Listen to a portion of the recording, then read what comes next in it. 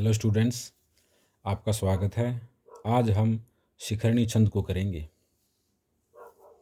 इसका लक्षण है रसई रुद्रैर छिन्नः यमन सभलाघ शिखरिणी।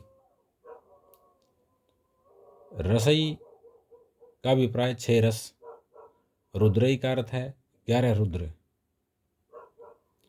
कि 6 रस और 11 रुद्र की संख्या के समान अर्थात 17 है, कि जिसमें 17 की संख्या होगी, अर्थात जिसमें एक चरण 17 अक्षरों का होगा।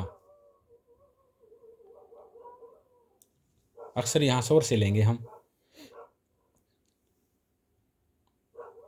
यमन सब लाग का अर्थ है कि ये से यगण हो गया, मैं से मगण, न से नगण, स से सगण, भय से भगण, ल से लघु और ग से गुरु, जिसमें यगण भगण नगण सगण भगण लघु और गुरु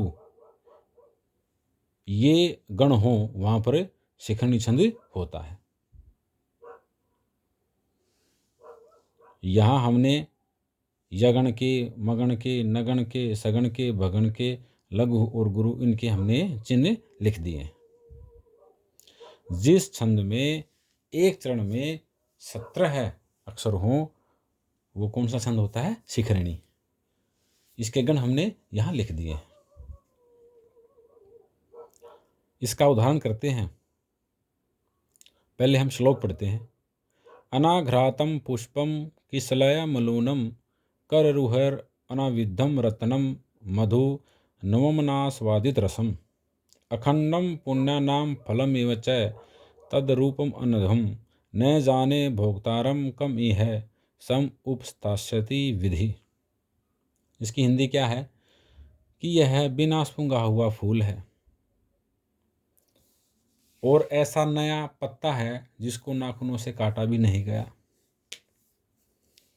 ऐसा रत्न है जिसका उपयोग नहीं किया गया और ऐसा मधु है जिसका स्वाद अभी तक नहीं चखा गया।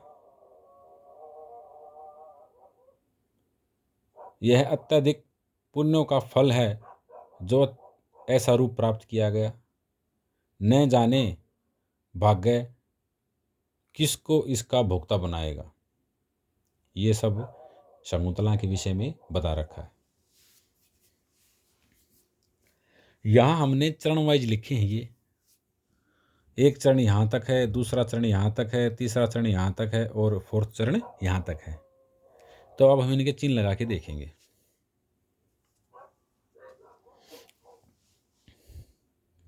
यहाँ पर ए है, ए हर्स्व होता है उसके लिए आई। न में आ है, आ दीर्घ होता है उसके लिए एस हो गया। यहाँ रे में आ है और आ दीर्घ होता है उसके लिए एस हो गया। यहाँ पर हमारा एक चरण पूरा हो गया। तय में ए हर्स्व है लेकिन उसके ऊपर अनुस्वार है तो ये दीर्घ हो गया। पै में हर्स्व की मात्रा है लेकिन उसके ऊपर यहाँ संयोग है, इस कारण से ये ऊ भी दीर्घ हो गया। पै में ए हर्स्व है लेकिन ऊपर अनुस्वार है तो ये भी दीर्घ हो गया। यहाँ पर ये हमारा मगन का चिन्ह पूरा हो गए। कै में हर्स्व की मात्रा है उसके लिए आई हो गई। स में ए है हर्स्व उसके लिए हर्स्व का चिन्ह हो गया। लय में ए हर्स्व उसके लिए हर्स्व का चिन्ह हो गया तो नगन के चिन्ह भी पूरे हो गए। य में ए है उसके लिए हर्स्व का चिन्ह हो गया। मैं में ए है उसके लिए हर्स्व का चिन्ह हो गया।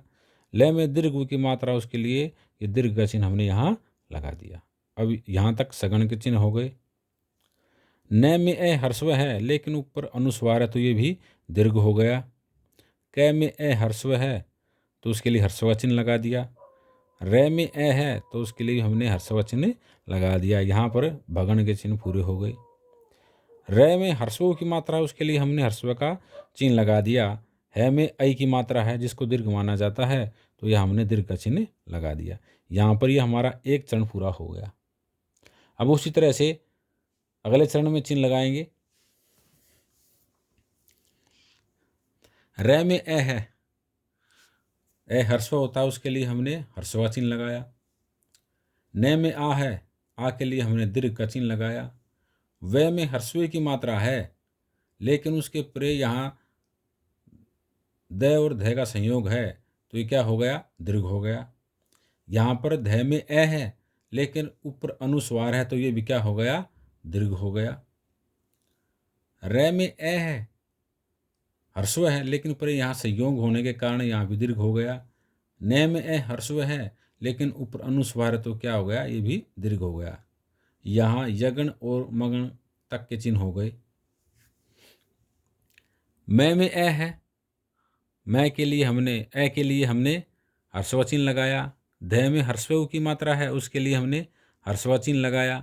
न में ए है, उसके लिए हमने ह्रस्व चिन्ह लगाया। तो यहाँ नगण तक के चिन्ह पूरे हो गए। व में ए है, उसके लिए हमने ह्रस्व चिन्ह लगाया। में ए है, उसके लिए हमने ह्रस्व चिन्ह लगाया। न में आ की मात्रा है, तो उसके लिए हमने दीर्घ का चिन्ह लगाया। यहाँ तक सगण के चिन्ह हो गए।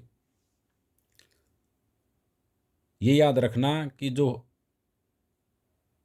सिर्फ व्यंजन होते हैं उन पर चिन्ह नहीं लगते, जिन व्यंजनों में स्वर मिले हुए हैं उन्हीं पर चिन्ह लगते हैं। यहाँ व में आ है, आ के लिए हमने दीर्घ लगा दिया। द में ह्रस्व की मात्रा है, उसी के लिए हमने ह्रस्व चिन्ह लगाया। त में ए है, उसके लिए हमने ह्रस्व का चिन्ह लगाया। यहाँ बगण के चिन्ह हो गए पूरे। र में ए है, उसके लिए हमने ह्रस्व चिन्ह लगाया। स में ए है, आना चाहिए तो यहाँ पर ह्रस्व चिन्ह, लेकिन हमें बड़े की आवश्यकता है, दीर्घ की आवश्यकता है। तो ये नियम है कि चरण के लास्ट में अगर ह्रस्व दे रखा है और दीर्घ की आवश्यकता है तो उसको दीर्घ मान लीजिए, और चरण के लास्ट में दीर्घ दे रखा है और ह्रस्व की आवश्यकता है तो उसको ह्रस्व मान लीजिए। तो यहाँ पर ह्रस्व दे रखा है और हमें दीर्घ की आवश्यकता है, तो हमने इसको दीर्घ मान लिया। इसी तरह से ए के लिए ह्रस्व चिन्ह हो गया। ख में ए है, उसके लिए ह्रस्व आना चाहिए लेकिन पर यहाँ संयोग था, इस कारण से इस ख में जो ए था उसको क्या हो गया? दीर्घ हो गया। ड में ए है लेकिन ऊपर अनुस्वार है, तो क्या हो गया? दीर्घ हो गया। यहाँ पर यगण के चिन्ह हो गए। प में ह्रस्व की मात्रा है लेकिन पर यहाँ संयोग होने के कारण इसको दीर्घ हो गया। य में आ है, उसके लिए हमने दीर्घ का चिन्ह लगाया। न में आ है, उसके लिए हमने दीर्घ का चिन्ह लगा दिया। यहाँ मगन के चिन्ह हो गए पूरे। फ में ए है, उसके लिए ह्रस्व चिन्ह लगा दिए। ल में है, उसके लिए ह्रस्व चिन्ह लगाया। में ह्रस्व की मात्रा, उसके लिए हमने ह्रस्व चिन्ह लगा दिया। यहाँ तक नगण के चिन्ह पूरे हो गए। व में ए है, उसके लिए हमने ह्रस्व चिन्ह लगाया। च में ए है, उसके लिए हमने ह्रस्व चिन्ह लगाया। त में ए ह्रस्व है लेकिन ऊपर यहाँ द और रे का संयोग होने के कारण इस तय में जो ए था उसको दीर्घ हो गया। यहाँ तक सगण के चिन्ह पूरे हो गए। र में दीर्घ की मात्रा, उसके लिए क्या हो गया? दीर्घ का चिन्ह लगाया। प में ए है, उसके लिए हमने ह्रस्व चिन्ह लगाया। में ए है, उसके लिए हमने ह्रस्व चिन्ह लगाया। यहाँ तक भगन के चिन्ह पूरे हो गए। न में ए है, उसके लिए हमने ह्रस्व चिन्ह लगाया। घ में ए है लेकिन ऊपर अनुस्वार है, इसलिए दीर्घ हो गया और हमने दीर्घ का चिन्ह लगा दिया। इसी तरह से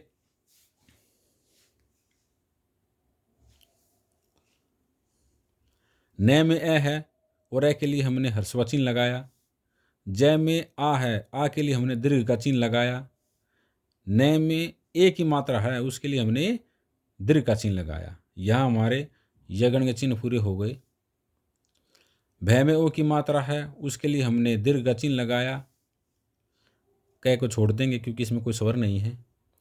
त में आ की मात्रा है, आ के लिए हमने दीर्घ का चिन्ह लगाया। र में ए ह्रस्व है लेकिन ऊपर अनुस्वार होने के कारण दीर्घ हो गया। यहाँ मगन के चिन्ह पूरे हो गए। क में ए है, उसके लिए हमने ह्रस्व चिन्ह लगाए। में ह्रस्व की मात्रा, उसके लिए हमने ह्रस्व चिन्ह लगाया। ह में ए है, उसके लिए हमने ह्रस्व चिन्ह लगाया। यहाँ पर नगण के चिन्ह पूरे हो गए। स में ए मिला हुआ है तो ए के लिए ह्रस्व चिन्ह लगाया। में ह्रस्व उ की मात्रा है तो उसके लिए हमने ह्रस्व चिन्ह लगाया। पे में ए है, लेकिन इससे परे स और थ का संयोग है। इस कारण से इस पे में जो ए था उसको दीर्घ बना दिया गया और यहाँ पर सगण के चिन्ह पूरे हो गए। था में आ मिला हुआ है, आ के लिए हमने दीर्घ का चिन्ह लगाया। यह में है, उसके लिए हमने ह्रस्व चिन्ह लगाया। तय में ह्रस्व की मात्रा है, इसके लिए हमने ह्रस्व चिन्ह लगाया। यहाँ पर भगन के चिन्ह पूरे हो गए। वह में ह्रस्व की मात्रा है, उसके लिए हमने ह्रस्व चिन्ह लगाया।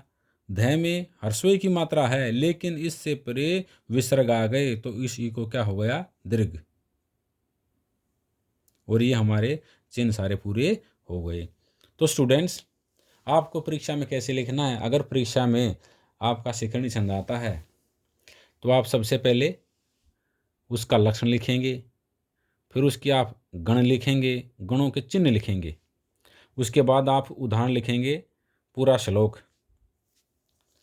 हाँ, परीक्षा में आप ऐसा कर सकते हैं कि भाई प्रत्येक चरण पर चिन्ह लगाने की आवश्यकता नहीं होती, आप एक चरण पर चिन्ह लगा के दिखा दीजिए।